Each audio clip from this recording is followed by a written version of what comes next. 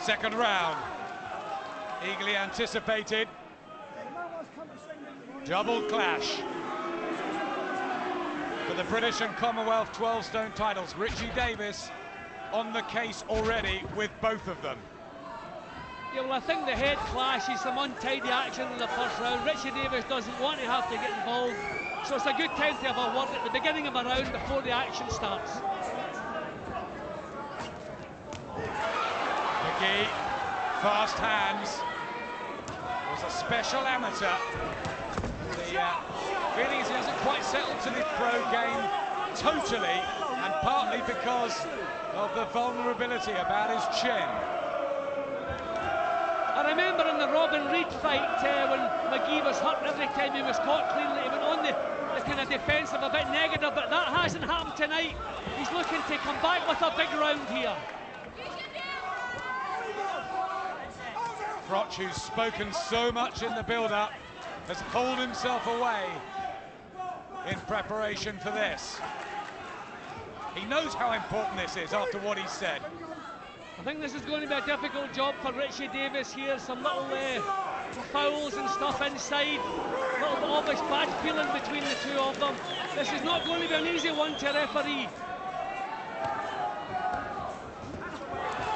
But Magee's confidence has not been dented. He's coming back with a good round here. Froch's defence is again not quite what they should be. Hands down so much of the time, Carl Froch, based on reflexes, trying to get that uppercut free again on the inside. You're holding, behave, says Richie Davis.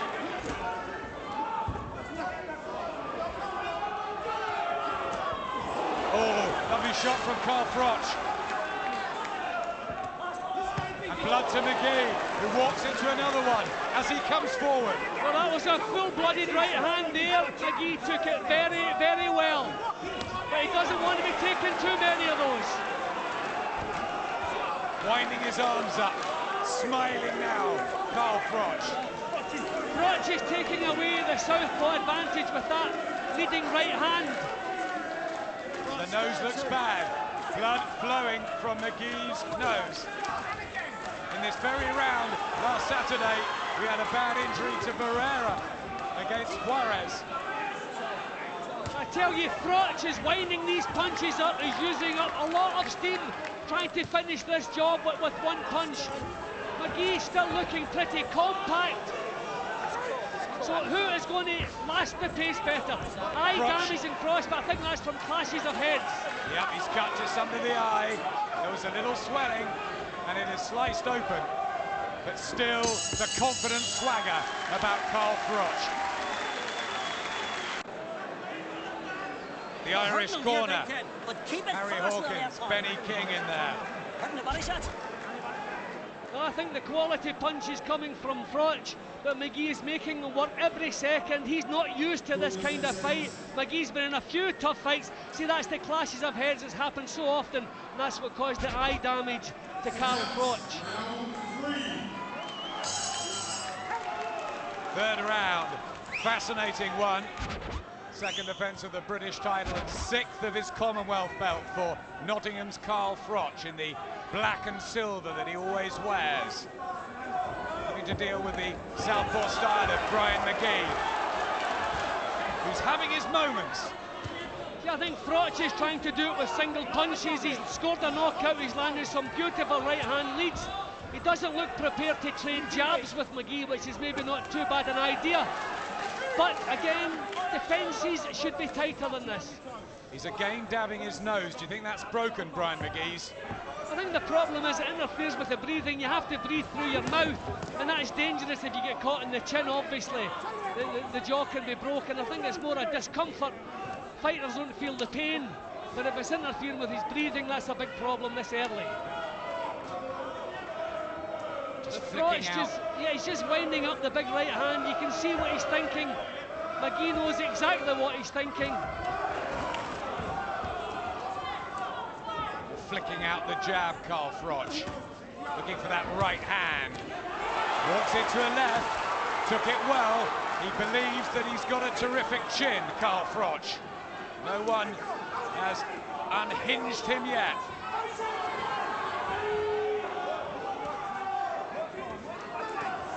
Well, still Magee looking the bit more compact of the two.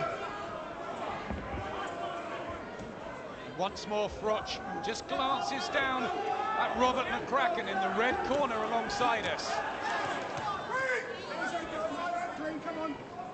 It's only fight number 19 for him, and 28 for Magee. Yep, and Magee still making Froch work. I don't think Froch is all that comfortable working at this pace. He's a smooth, classy boxer. He likes to dictate pace, but he's not doing that tonight.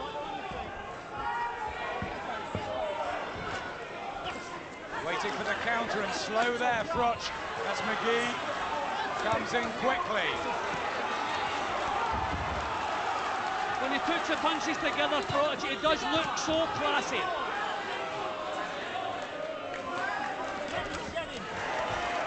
And again, Magee's head just still as he comes towards Froch. Now Richie Davis warning Froch. Good left hand. See Magee circling to his right, trying to get outside at the Froch jab. The southpaw wants to move anti-clockwise. Tangled up again. Styles haven't completely gelled yet. Right advice there from Robert McCracken. Yeah, but I think he feels too that single punches, although they're good punches that he's throwing, not maybe enough to be winning the rounds. Magee still has that busy look, that more compact look, more positive look. Yep, the Belfast super middleweight, quick off his stool every single round here. Plenty to prove himself. He's only been beaten twice, once controversially in a European title clash with Vitaly Sipko. That was a poor attack. Froch almost launched it. It's as though he's not all that comfortable coming forward against the southpaw. He's happier when he draws Magee forward. Be patient. Put them together. Been sparring with Eric Timor. Southpaw, good right hand from Magee. It's one thing sparring with them, another fighting them. Exactly what people forget. Every southpaw is different, the same as every orthodox fighter is different. But Froch looks much more comfortable when he's allowed to counter.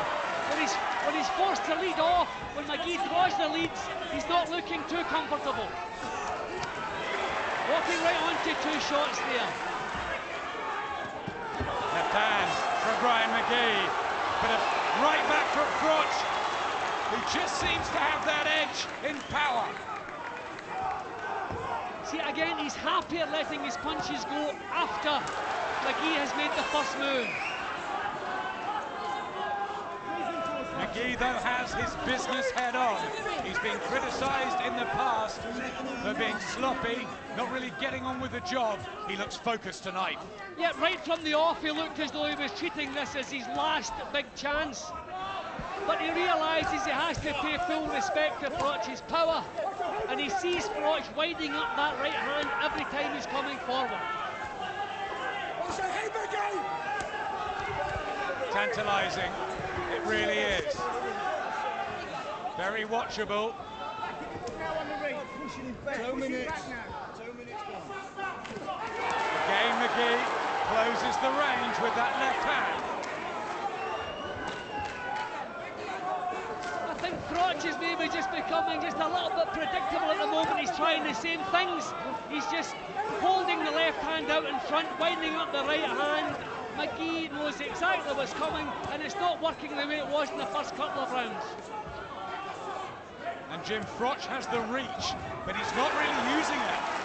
See, Froch is throwing half-hearted punches, which Magee can walk through. That is dangerous. If you're going to throw a punch, put some meat into it. Good round this, the fourth. Busier, Brian Magee. Odd success for Carl Froch. Last 10 seconds.